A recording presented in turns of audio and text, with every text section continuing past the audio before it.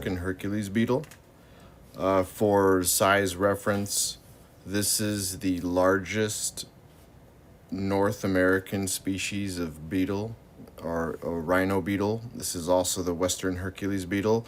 This isn't a particularly large male. This is probably pretty average. You're talking about 5 centimeters from the thoracic horn here to the end of the elytra. Nothing too crazy. They do get a little bit bigger. They've seen them up to 8 centimeters. 7 centimeters is pretty much a major male. 6.5 centimeters is pretty huge. But beetles don't grow as adults. They pupate, and then this is their final form, quite literally. And so you're not going to see a huge population of males over 7 centimeters. So this is pretty typical in Arizona, where you'll find these at the 5,000 elevation mark. So this is the Western Hercules beetle. They can be green. They have different spots. They're all a little different colors. Or patterns, organizations. They can go from yellowish to green to this kind of slate off green color. And they hang out on sycamore trees in late August and September, kind of the end of the summer season, is when they come out. And they only live a few months as adults. They don't overwinter. They generally will die in the first freeze. Their grubs live quite a while, though, maybe 12, no, easily closer to 18 months.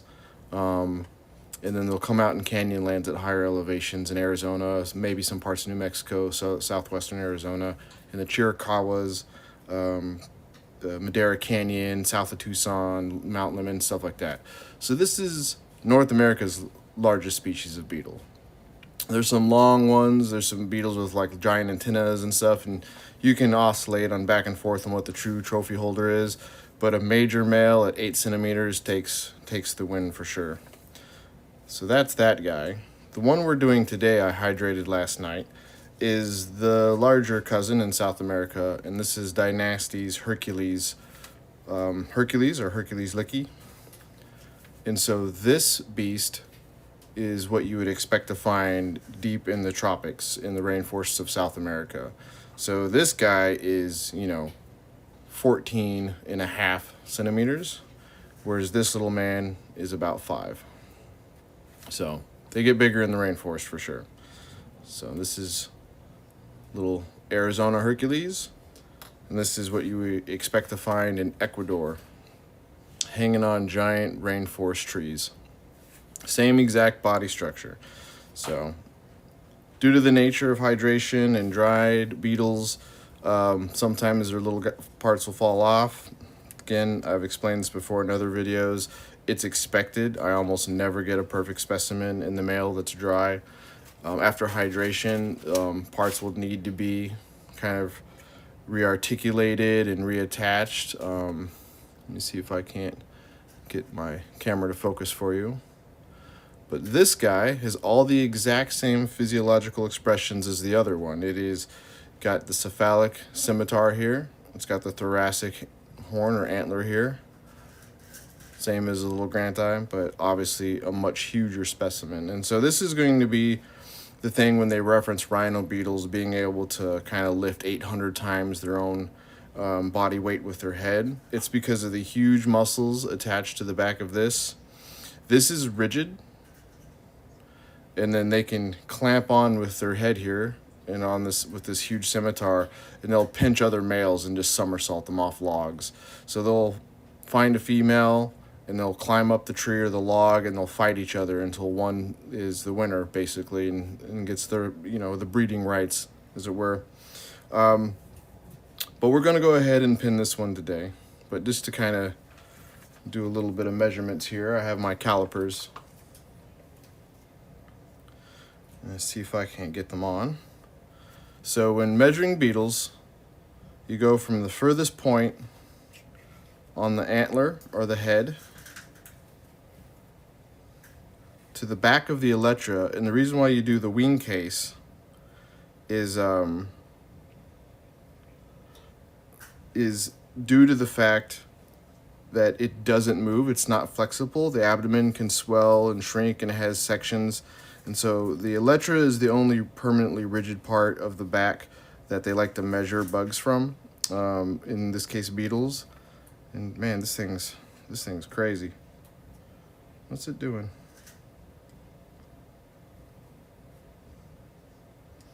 Might have to zero this back out again. It's acting kind of funky. Doing millimeters here.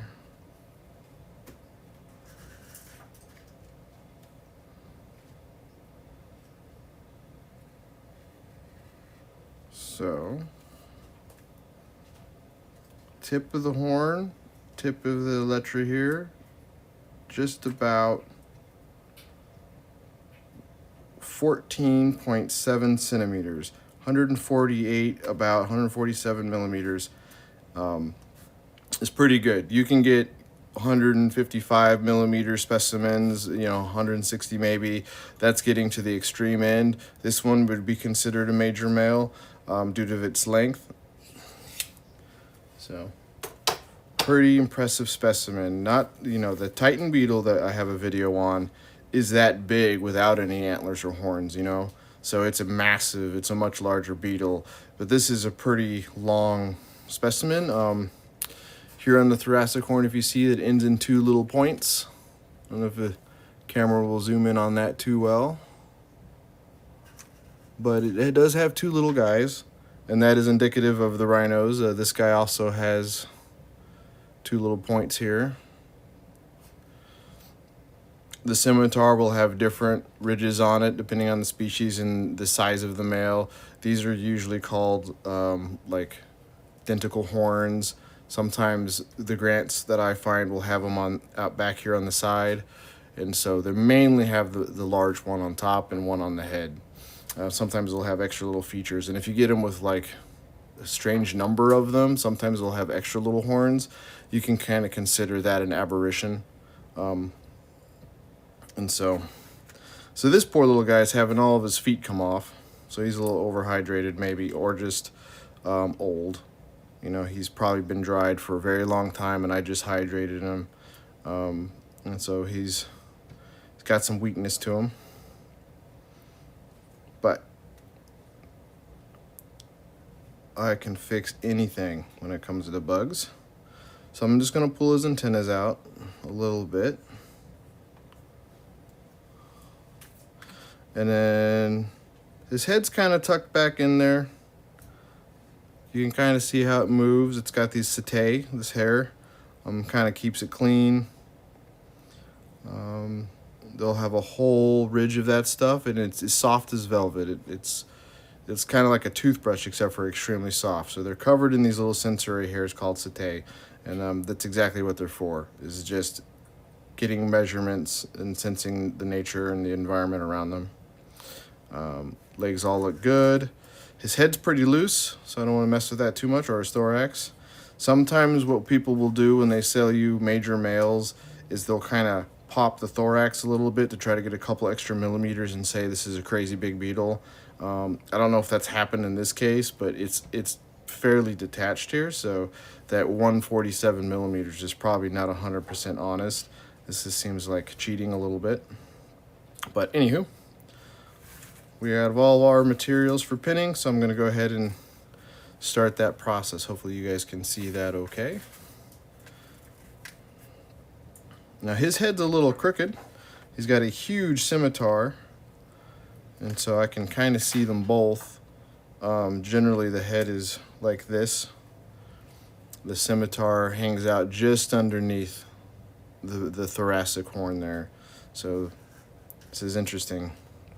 It's an interesting specimen. He's got a little bit of bends in his horns and everything like that. So maybe in his pupal chamber, the walls were a little too tight or too close, which forced him, as he was metamorphosing into his final adult form and all the stuff was hardening, he didn't have quite the room, so some of it bent a little bit against the pupal chamber, which can happen. You can get variations in horn length and in the curvature of it simply due to how they pick their place to bury themselves as their grubs before they pupate. Like all beetles, their grub will have 3 instars.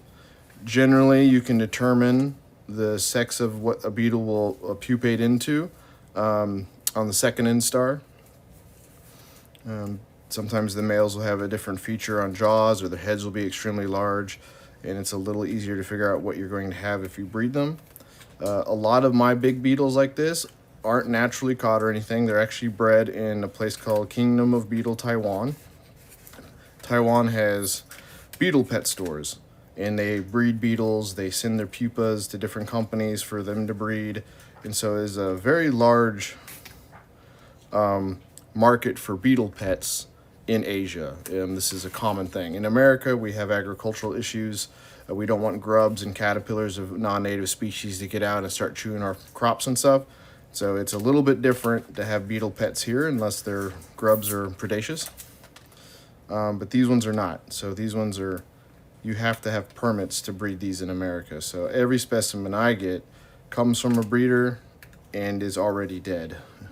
Only dead adults when it comes to these species, because the grubs will eat wood, rotting wood, fungus, fungus rotted wood, different plant material, and they're probably not all that picky if they have to eat. They're quite greedy little grubs. They will eat anything they can that fits their organic diet. So I understand the agricultural issues.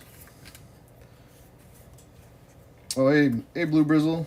Thank you. Yeah, this is one of my favorite species of beetle. But I want to get his wings out, which is generally the only tricky part of doing big beetles, is the wing underneath the elytra is folded like 3 ways sometimes. And so you want to get the big joint that connects to the second fold, just like that. And you want to move it out. So let's get his wing all the way out so we can see. Now, almost every insect has wings. There's very few species that don't. Out of the probably 1.5 million described species of the world, I would say 95 to 98% have wings. There are some beetles that don't have wings, but they have vestigial wings. There's desert darkling beetles that their elytra has fused shut for water and moisture preservation, and the wings underneath are vestigial. They don't come out ever. But if you were to open their wing case, which damages them, it wouldn't kill them because there's no material in there. It's actually just an open space with useless wings inside. So that's kind of an interesting evolutionary trick. So desert beetles in certain families are very they're very good at conserving moisture, and a part of that is because they have that turtle shell type elytra that is fused together to give them some insulation, changes the surface area a little bit, and they don't like to fly, so they crawl around everywhere. And they're mostly detritivores, so they're going to eat dead leaves and stuff. The diet on a Hercules beetle is going to be nectar, sap, fruit, things like that. And they just have tiny little chewing mouths. They look more like paintbrushes that collapse together. And they're just only going to eat the moisture from fruit. They'll chew out, different rainforest fruit, bananas, mangoes, things like that. But they're not at all going to bite you. They could pinch you, but remember, this is for fighting other males, so there's a big space there. Your finger could go right through. No big deal. So I want to get his wings out, and just to show how over the top these specimens can get. I mean, this flying around would sound like a trailer in second gear coming down a mountain. Like, it's a very loud helicopter type noise. Huge amounts of wind getting moved for sure, because they're just not graceful. They're just very strong, powerful flyers. They suck at landing. Sometimes when I go to gas stations in Arizona looking for the Grant beetles, these little guys I was showing you earlier, they get attracted to gas station lights at night.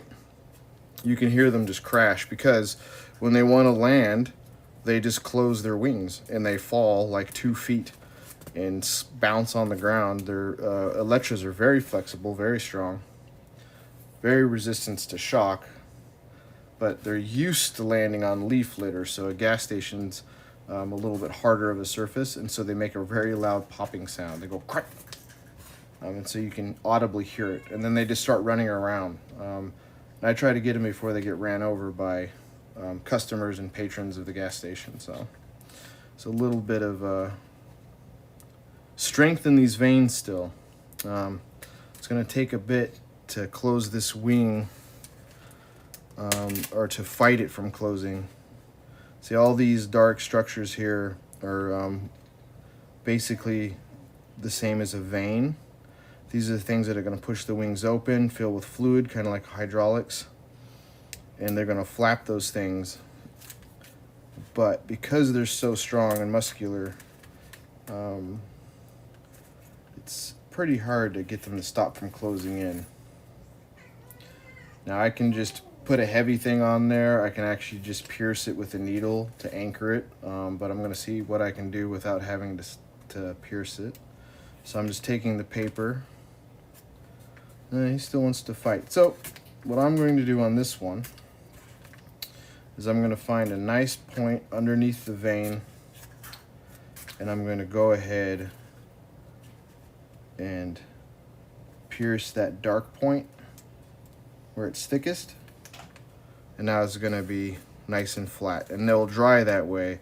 And I sacrifice a little bitty hole on the edge of the vein to make sure the rest of the wing is nice and flat and easy to see. I try not to always do that, but sometimes they're just too powerful. Like, see, this one's curling up. So if I wanted to dry this one out overnight or two, it would eventually collapse that wing, and it would just look kind of bad. I want to make a better presentation than that. So I'm going to go ahead and do the same thing with this one. And that makes it really easy to pen and flatten.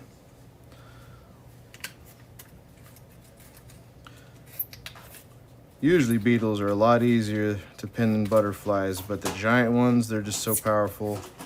Their wings can cause a little bit of fighting. Hey, Mr. Zach. How's it going? Thanks for stopping in.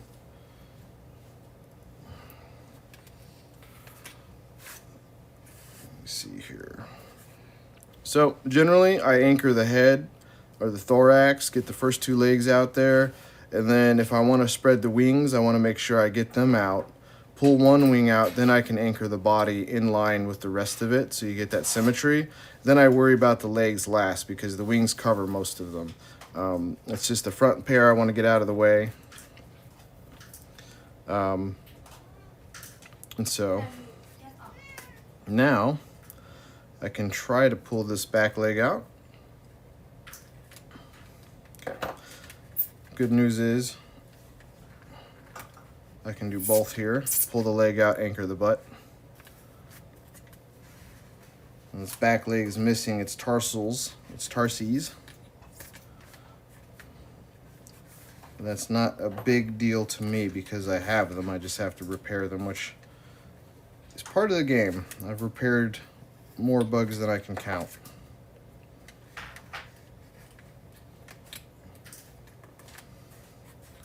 These are, adult animals that live their whole life. They're not going to be in, pristine condition. They're going to have scratches, bird scratches, bat scratches. They're going to fight each other, run around in leaf litter and rocks, and fall out of trees and all kinds of stuff. So there's really no perfect specimen. And if you have one, it was probably modified in some way, or just killed immediately after it pupated. But a lot of these ones were used for breeding, and so Kingdom of Beetle Taiwan has a lot of these guys. Sometimes they auction the dead ones off, and that's what I go for. So these legs, because they're already broken, they can just dry how they are, and I'll get to them after the rest of the specimen dries. And I'll reattach them. It looks like this leg was also broken, and they modified it with, just looks like white glue. I prefer to use something clear. Nail polish, clear nail polish is a good glue for bugs because it works on their carbohydrate just like it does on your keratin on your nail. So I'm probably going to break that and fix it myself and make it look invisible.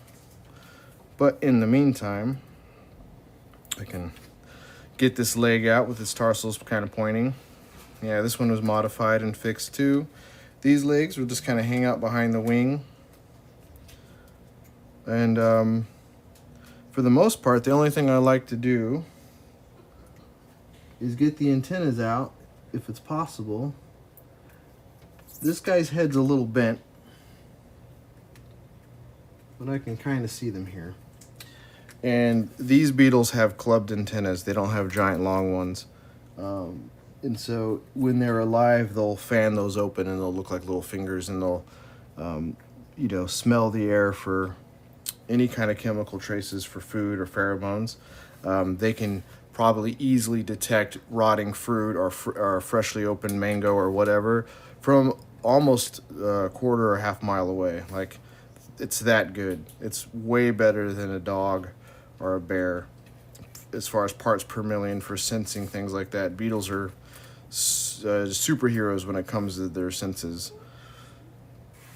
So let me see here.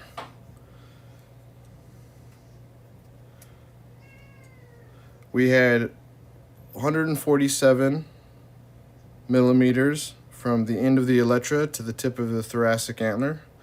Let's see how large the wingspan is. My calipers actually don't go that, they don't open that much. This is 154 millimeters right here, and we still got some more wing there. So the wingspan on this guy, let's see here, let's line up the lines. We got the edge of this line basically to the edge just past this one, so we're at 19 centimeter wingspan, 190 millimeters there wingspan basically, and just under 150 body length. So the wingspan, along with this beetle, just imagine this thing flying around like it's a bird. It's crazy. But there you go. This is Dynastes Hercules